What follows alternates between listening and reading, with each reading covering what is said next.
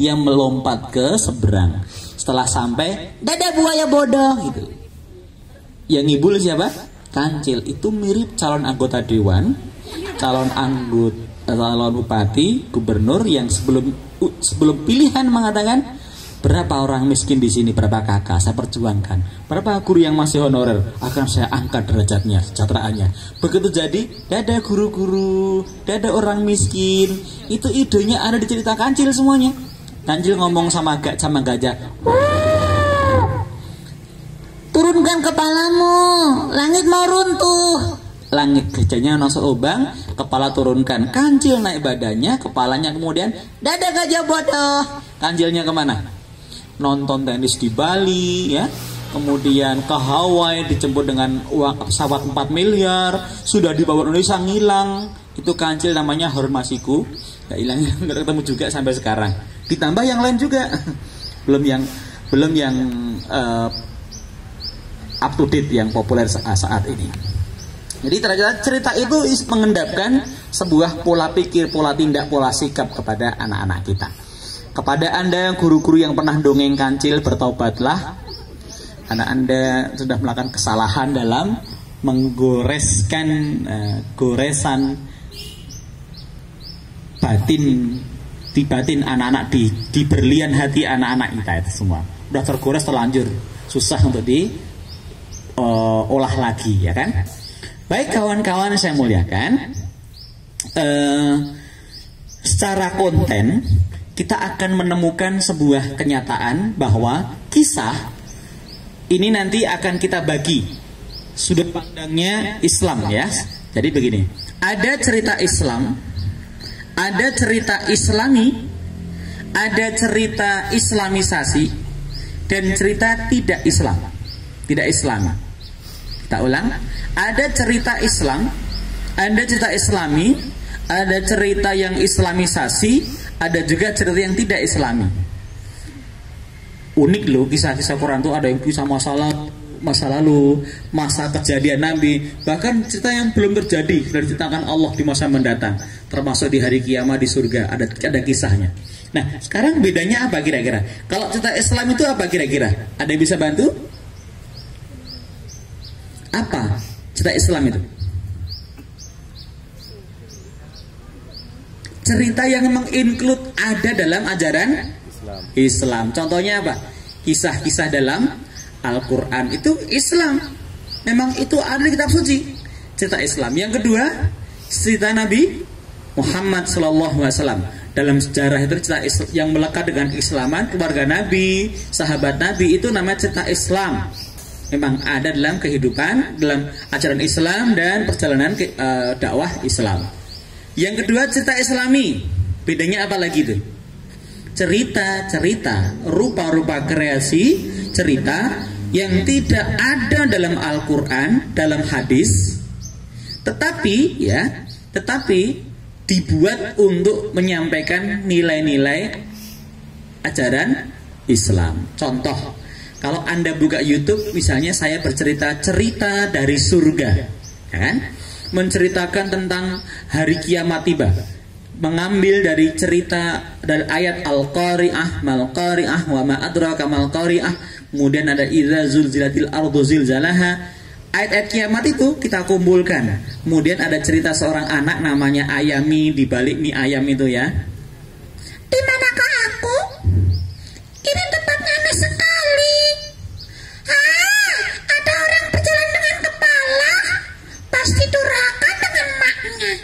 Nanti mendapatkan rapot tangan kanan, tangan sebagian tangan kiri, lewat salam mustaqim, kemudian masuk surga dengan gambarnya. Itu ceritanya dalam Islam nggak ada, tapi kita buat ceritanya untuk menyampaikan pesan-pesan ajaran Islam. Itu namanya cerita Islami. Ada ayat kursi, ada surat Al-Kafirun, ada juga Al-Ikhlas, itu tentang tauhid. Saya buatkan cerita judulnya Mencari Tuhan.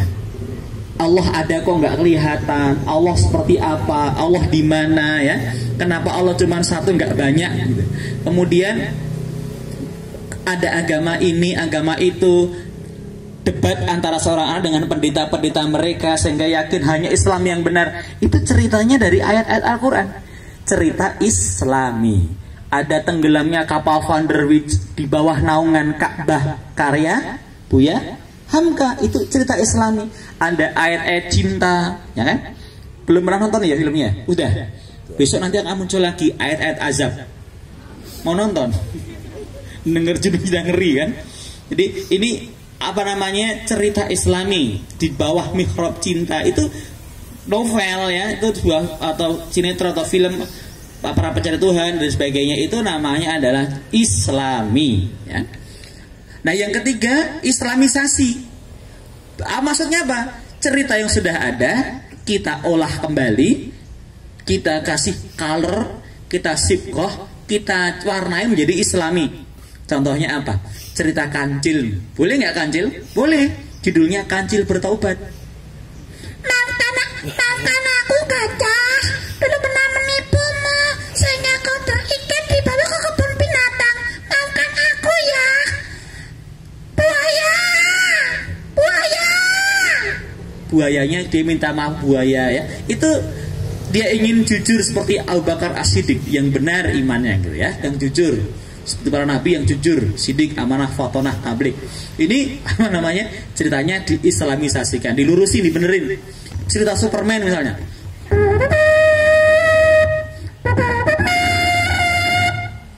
Superman mengusir monster di tengah laut India. Superman kemudian kembali ke negerinya lewat Pulau Sabang. Ketika di Sabang ada adzan, Allahu Akbar, Allahu Akbar. Dia berhenti, suara apa itu? Kemudian dia turun sembunyi di belakang pohon-pohonan. Ternyata lihat orang sedang berangkat ke masjid.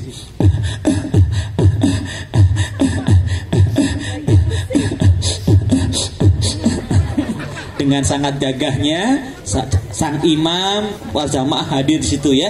Ibu-ibu juga menggunakan mukena, ada yang warnanya putih, ada yang hitam, ada yang pink, gambar SpongeBob, LOL. Unyu banget tuh anak-anak kalau pakai apa namanya mukena. Nah kemudian dia lihat orang sholat, dia lihat dari jauh. Selesainya dia kemudian turun ketemu dengan ustadznya. Ustadz, agama apa ini? Ustadz Bashir mengatakan Islam. Apa artinya Islam? Dijelaskan mana Islam itu apa, keselamatan, kedamaian ya. Kemudian saya merasa malu Tuhan. Selama ini saya salah menganggap dewa Krypton yang sudah mati itu sebagai Tuhanku. Aku masuk Islam Ustadz. Bersama Ustadz Bashir, Superman kemudian Clark Kent ya, kemudian diislamkan. Superman mengatakan, saya malu sekali Ustadz. Kenapa? Karena dulu waktu saya belum Islam tidak mengenal konsep aurat yang baik. Ku pakai celana dalam di luar dan ku pakai celana luar di dalam. Mulai sekarang saya akan menggunakan sarung atlas. Sekarang Superman menggunakan sarung atlas. Kalau Idul Fitri sarungnya sarung atlas. Kalau sholat tarawih sarungnya sarung bekas. Superman menemukan hidayah. Itu kan kayaknya norak juga ceritanya ya. Tapi itu cerita Islamisasi. Anak kayak gitu juga nerima aja kok ya. Nerima aja. Diperbaiki aja ya. Nyerok kidul kemudian menggunakan jilbab. Boleh nggak itu ya? Saya selama ini ada jin kafir yang mengingkari Tuhan yang menciptakan aku sendiri. Astagfirullahaladzim. Kemudian dia jin kafir itu berubah menggunakan yang tadi pakai segini ya, menggunakan tank top gitu ya, menggunakan busana muslimah. Akhirnya dia bertobat ke Aceh, ketemu Ustadz Wahyu, menikahlah mereka. Pernikahan jin yang kita doakan semoga sakinah mawaddah warahmah. Oh ini bukan jin loh ya. Ini namanya Islamisasi. Kayaknya ya lucu-lucu tapi juga kita dongengnya aja geli ya kan. Tapi itu boleh. Asalkan dongeng itu boleh sebenarnya, asalkan tidak jahiliyah ya, merusak iman, ibadah dan akhlak itu boleh-boleh saja. Nanti kalau mereka rusak imannya gimana? Pasti akan menimbulkan terjadi peradaban yang buruk. Saya ingin tunjukkan bedanya ya. Apa sih bedanya karakter dengan akhlak? Secara teorinya ada sama, hampir sama, tapi ada perbedaan yang mendasar. Mengapa orang baik? Dalam kacamata teori karakter modern, apa itu? Mengapa orang baik? Mengapa orang baik?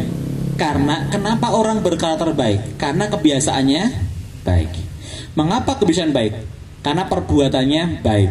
Perbuatan dari kebiasaan kan? Mengapa perbuatannya baik? Karena pikirannya baik. Itu siapa menanam pikiran akan mengetam perbuatan. Siapa menabur menuai. Itu apa namanya? Ada giumnya, pepatahnya. Kenapa orang itu buruk, nasibnya buruk? Karena karakternya buruk. Mengapa karakternya buruk? Karena kebiasaannya buruk. Mengapa kebiasaan buruk? Karena perbuatannya buruk. Mengapa perbuatannya buruk? Karena pikirannya buruk. Apa yang ditanam di pikiran, termasuk cerita tadi ya, menanam nilai kepikiran mereka jadi dorongan perilaku, jadi perbuatan, kebiasaan, karakter, nasibnya. Tapi kalau akhlak beda. Seakan sama tapi beda. Mengapa orang itu nasibnya buruk? Karena akhlaknya buruk. Mengapa akhlaknya buruk? Karena kebiasaannya, mutabaahnya, pembiasaannya, habit formingnya buruk. Habitsnya buruk. Mengapa kebiasaan buruk? Karena pikirannya buruk. Sama enggak? Mengapa pikirannya buruk? Karena hatinya buruk. Mengapa hatinya buruk? Karena ruhaninya buruk. Maka Nabi Muhammad SAW 13 tahun pertama yang dibahas masalah keimanan. Kalau imannya baik, ruhnya itu kan soal pengaruh antara hati, itu kan soal perang antara battlefield antara ruh dengan syaitan.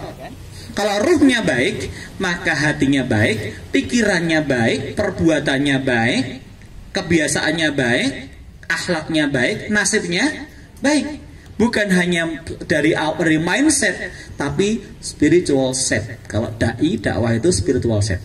Nah, innama itu liutamima makarimah akhlak. Nabi itu menyempurnakan akhlak dengan kisah-kisah dalam Al-Quran, dengan iman yang ditanamkan. Kalau penyakit ruh itu apa sih? Rohani?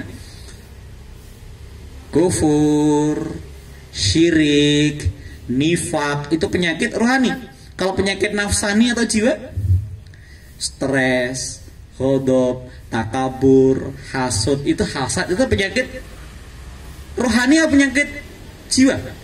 Nafsani, jiwa itu nafsani, penyakit nafsani. Kalau ruhnya baik, hatinya baik. Hatinya baik, pikirannya akan baik, karena pikiran dikuasai oleh hati, ya kan? Nah, hati, pikiran, perbuatan. Selanjutnya, loh, kalau Nabi mengatakan innama bu'itsu liutamima makarimah akhlak, sesungguhnya aku diutus untuk menyempurnakan akhlak. Akhlak yang nggak sempurna itu kayak apa sih? Di serata dunia zaman Nabi Muhammad itu, yang namanya akhlak yang belum sempurna itu adalah karakter itu, yang dimulai dari mindset, ya, pikiran, perbuatan. Maka diubah Nabi, disempurnakan dengan iman, dengan keimanan. Jadi beda ya, kalau pendongeng dengan juru kisah, kita nanamkan akidah, semangat ibadah, akhlaknya dimulai dari rohani. Dari nabi-nabi itu mengajarkan bagaimana benarnya iman kepada Allah Subhanahu wa taala dan selanjutnya. Baik teman-teman semuanya, ini pengantar saya tentang berkisah. Kita akan segera masuk wilayah teknik berselisah. Sampai di